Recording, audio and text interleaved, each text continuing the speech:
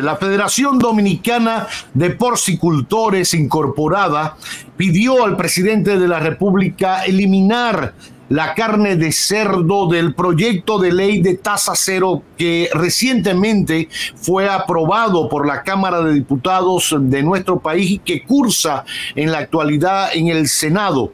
Pero ¿por qué los porcicultores, para que la gente entienda, los criadores de cerdos en el país piden esta solicitud, hacen esta solicitud al presidente de la República? ¿Qué es la tasa cero en la importación de carne de cerdo? ¿Cómo repercute en los productores locales? ¿Cómo repercute en el mercado? ¿Cuál es la situación actual del sector y cómo también los puede afectar negativamente la aprobación definitiva de este proyecto de ley? Hablamos esta tarde con Luis Brache, presidente de la Asociación Dominicana de Granjas Porcinas. Brache, gracias por acompañarnos. Muy buenas tardes. Bueno, gracias por el espacio, Ariel, Roberto. Es un placer para mí compartir con ustedes esta situación que está pasando en el sector.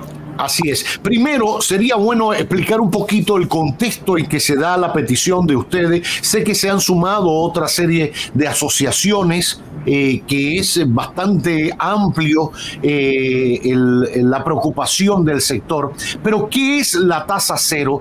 ¿Sobre qué alimentos, qué productos se está colocando esa tasa cero dentro del proyecto de ley? ¿Implica la importación solo del mercado de Estados Unidos? Hasta ahora no se importaba carne de cerdo de Estados Unidos. ¿Bajo qué tasa, bajo qué criterio se importaba que no le afectaba a los productores locales?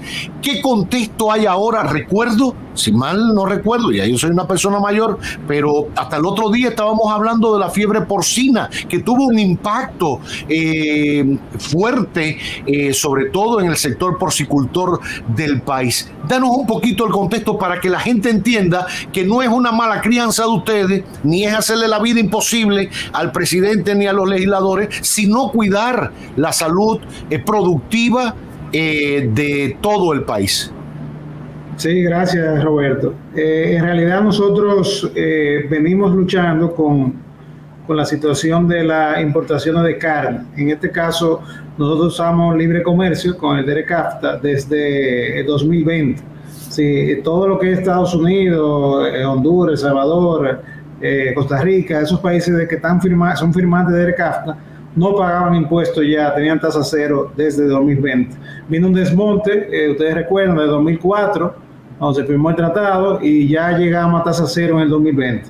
Con los países... O sea, para explicar, Brache, sí. O sea, ha venido desmontándose, para que la gente entienda, importar carne de cerdo de Estados Unidos, los países miembros del DERECAFTA, implicaba que desde que se firmó el tratado hasta ahora, todos los años o cada cierto tiempo, esa tasa se iba acortando. Bueno, antes se pagaba 5, después 4, después 3, para poner un número para que la gente fuera. Eso le iba a permitir al productor local de El Salvador, de nosotros, de Honduras, ir preparándose para cuando fuera tasa cero, la carne proveniente de Estados Unidos, nosotros estar preparados para competir en buena lid con el producto que viene de Estados Unidos.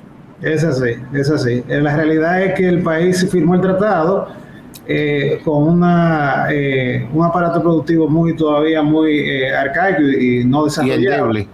Exactamente. Entonces, la realidad es que en esos años el país no se preparó, no solamente los productores, porque el país no se preparó para adecuar y tecnificar a los productores para que pudieran competir con esas grandes potencias. Entonces, el tema aquí es que eso ya pasó en el 2020, es decir, ya el tratado estaba en cero y ya el mercado se había adecuado a la importación de esos países, que principalmente era Estados Unidos en un 95%. O sea, desde el 2020 ya aquí estaba entrando, desde el 2000 se desmontó. Desde el 2020 hasta ahora, 23, 24 que empezamos, se estaba importando carne de cerdo a tasa cero. Ahora, en adelante. Desde el 2020 en adelante. Otra pregunta.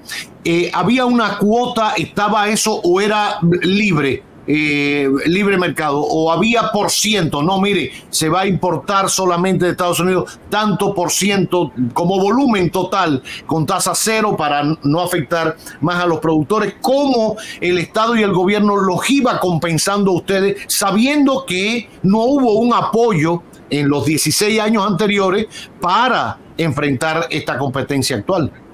No, la realidad es que el desmonte es total. Es decir, los países firmantes del CAFTA, tasa cero, no hay, el desmonte ya se ejecutó en esos 17 años que pasaron, que nos dieron el plazo al país y a los productores para adecuar. Es decir, la tasa cero ya estaba, en el 2020 cayó en tasa cero.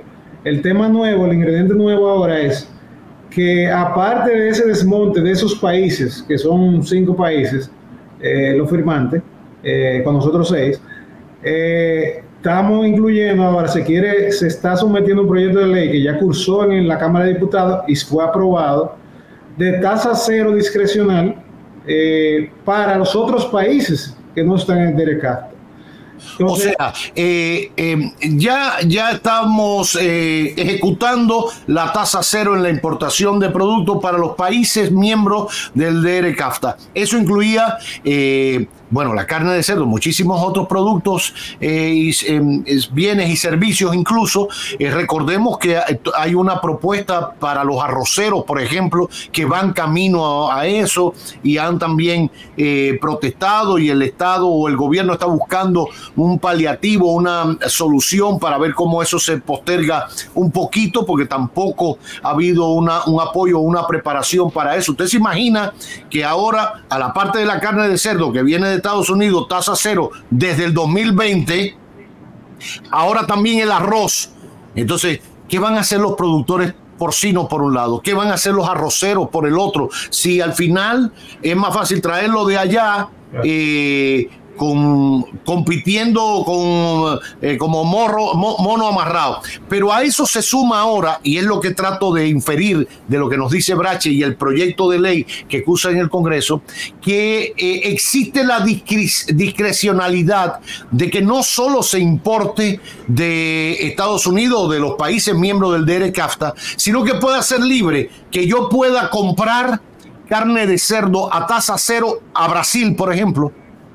Bueno, sí, tocaste el tema principal, que Brasil ya, que es nuestro principal, un competidor muy fuerte, porque tiene unos costos de operación muy bajos y producen maíz y soya, son uno de los mayores productores de maíz y soya en el mundo, y aceite vegetal, que es el principal componente de tanto del cerdo como del pollo, como del huevo, todos los productos agropecuarios y el ganado de leche.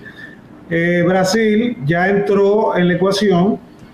A partir de noviembre, no sé si ustedes, ya eso se recogió en la prensa, comenzaron a homologar mataderos. Eso causó un escándalo en el sector productivo, porque se daba esto, Luis, era con el sector de la carne de res, ¿no? De res, cerdo, y se quejaron también los lecheros, porque claro, ellos tienen la fiebre aftosa y tienen la vaca loca, que puede afectarlo a ellos también. Entonces, ¿qué pasa?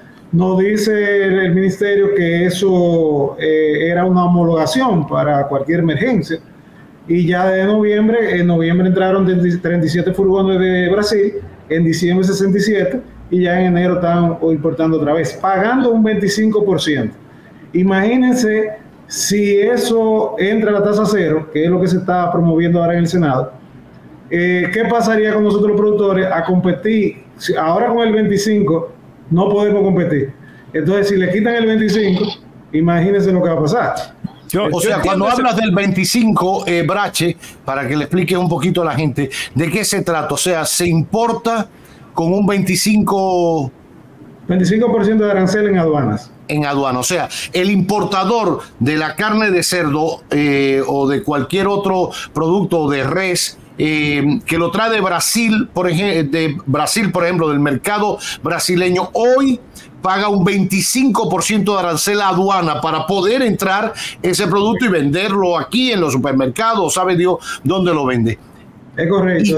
Y ya sí representa una competencia desleal para el productor local. Decías ahorita que los costos de producir carne de cerdo, por ejemplo, en Brasil son muy por debajo de los nuestros. ¿Por qué los nuestros van a ser más altos que los de Brasil?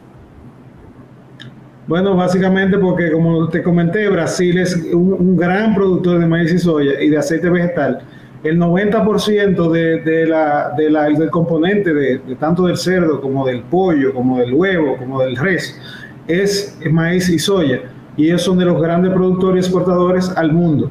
Si ellos tienen la materia prima, en el caso nuestro se hace más costoso porque nosotros tenemos que importarlo. O sea, para que la gente entienda, y es lo que explica Brache, el que produce cerdo, el partner de Brache en Brasil, el homólogo de Brache en Brasil, que cría cerdos allá, tiene a cuarta de chuleta, por cierto, hablando de cerdo, a cuarta de chuleta, tiene el maíz y tiene la soya y tiene el aceite vegetal, que son los principales componentes para alimentar a ese cerdo y engordarlo, porque nadie piense que los cerdos que venden aquí, que cría Brache y mis otros queridos amigos, son con una lata de lo que sobra de la comida de la casa, como hacían los abuelos, y eso. No. Vamos por parte, porque esto es serio. Entonces, los de Brasil lo tienen ahí a cuarta de chuleta, es mandar el camión y comprarlo y les sale barato porque ellos producen la soya y el maíz. Nosotros no. Nosotros no está a cuarto de chuleta, está un chin más. Y entonces hay que cotizarlo en el mercado internacional, hay que comprarlo. La soya se ha disparado con la guerra, por ejemplo, en Ucrania, el precio de la tonelada. 35%, Robert, un 35%. Entonces, ¿con qué vamos a alimentar? Y el maíz un 28%. Y el maíz un 28%. ¿Con qué vamos a alimentar los cerdos nuestros? Entonces, a la hora de usted calcular y decir, engordar un cerdo aquí me cuesta tanto porque el maíz subió 35, la soya 25 o a la inversa, pero eso no representó para el productor brasileño, por ejemplo, nada. Es como un viento que pasó. Para ellos es una cosquilla. No sintieron eso porque lo producen ellos ahí. Es una cosa como nosotros producir aquí tabaco o producir cualquier otra legumbre o cualquier otra cosa que no es fácil. Entonces, esas cosas hay que ponerlas en una balanza. Lo digo por si cualquier otro legislador nos está escuchando, a la hora de aprobar o tomar decisiones que son desfavorables para el productor local. Esa parte es entendible, don Roberto y Luis, pero y lo voy a hacer a modo de pregunta. O sea, yo entiendo el punto de que hay que cuidar a la producción nacional y hay que cuidar al productor y todo eso, pero ¿qué alternativas ofrecen los productores para poder impedir que la tasa cero sea una realidad? Porque en lo que la chava viene, los que se están perjudicando son los consumidores con el alza de algunos precios. Cuando sube la carne, uno tiene que costearlo. Entonces, lo que yo entiendo que el gobierno está buscando con esta ley de tasa cero sería abaratar los costos. Pero ¿qué ofrecen los productores para uno, abaratar los costos, y dos, prepararse para los mercados internacionales que están mucho más desarrollados que nosotros? Te explico, Ariel. El tema aquí es que el productor nacional lo que ha pedido a través de los años es que se tasa cero para la materia prima. Si nosotros nos dan incentivo en la materia prima, nosotros sí podemos bajar los costos. Pero si nosotros nos dejan la materia prima igual, nosotros no podemos competir con esas grandes potencias. Entonces, esa es una. Lo otro es que siempre se va a la línea de producción, es decir, al campo. Vamos a atacar al campo, vamos a importar para que el campo baje el precio. Pero nunca se va a la línea de intermediación. Nosotros, por ejemplo, hace un mes vendíamos el cerdo en 165 pesos el kilo vivo y lo bajamos a 140 y nadie, el consumidor, no reflejó ese precio. Porque ¿qué hace la línea de intermediación? Dígase los comerciantes, los supermercados, se quedan con ese margen y no lo aplican al consumidor.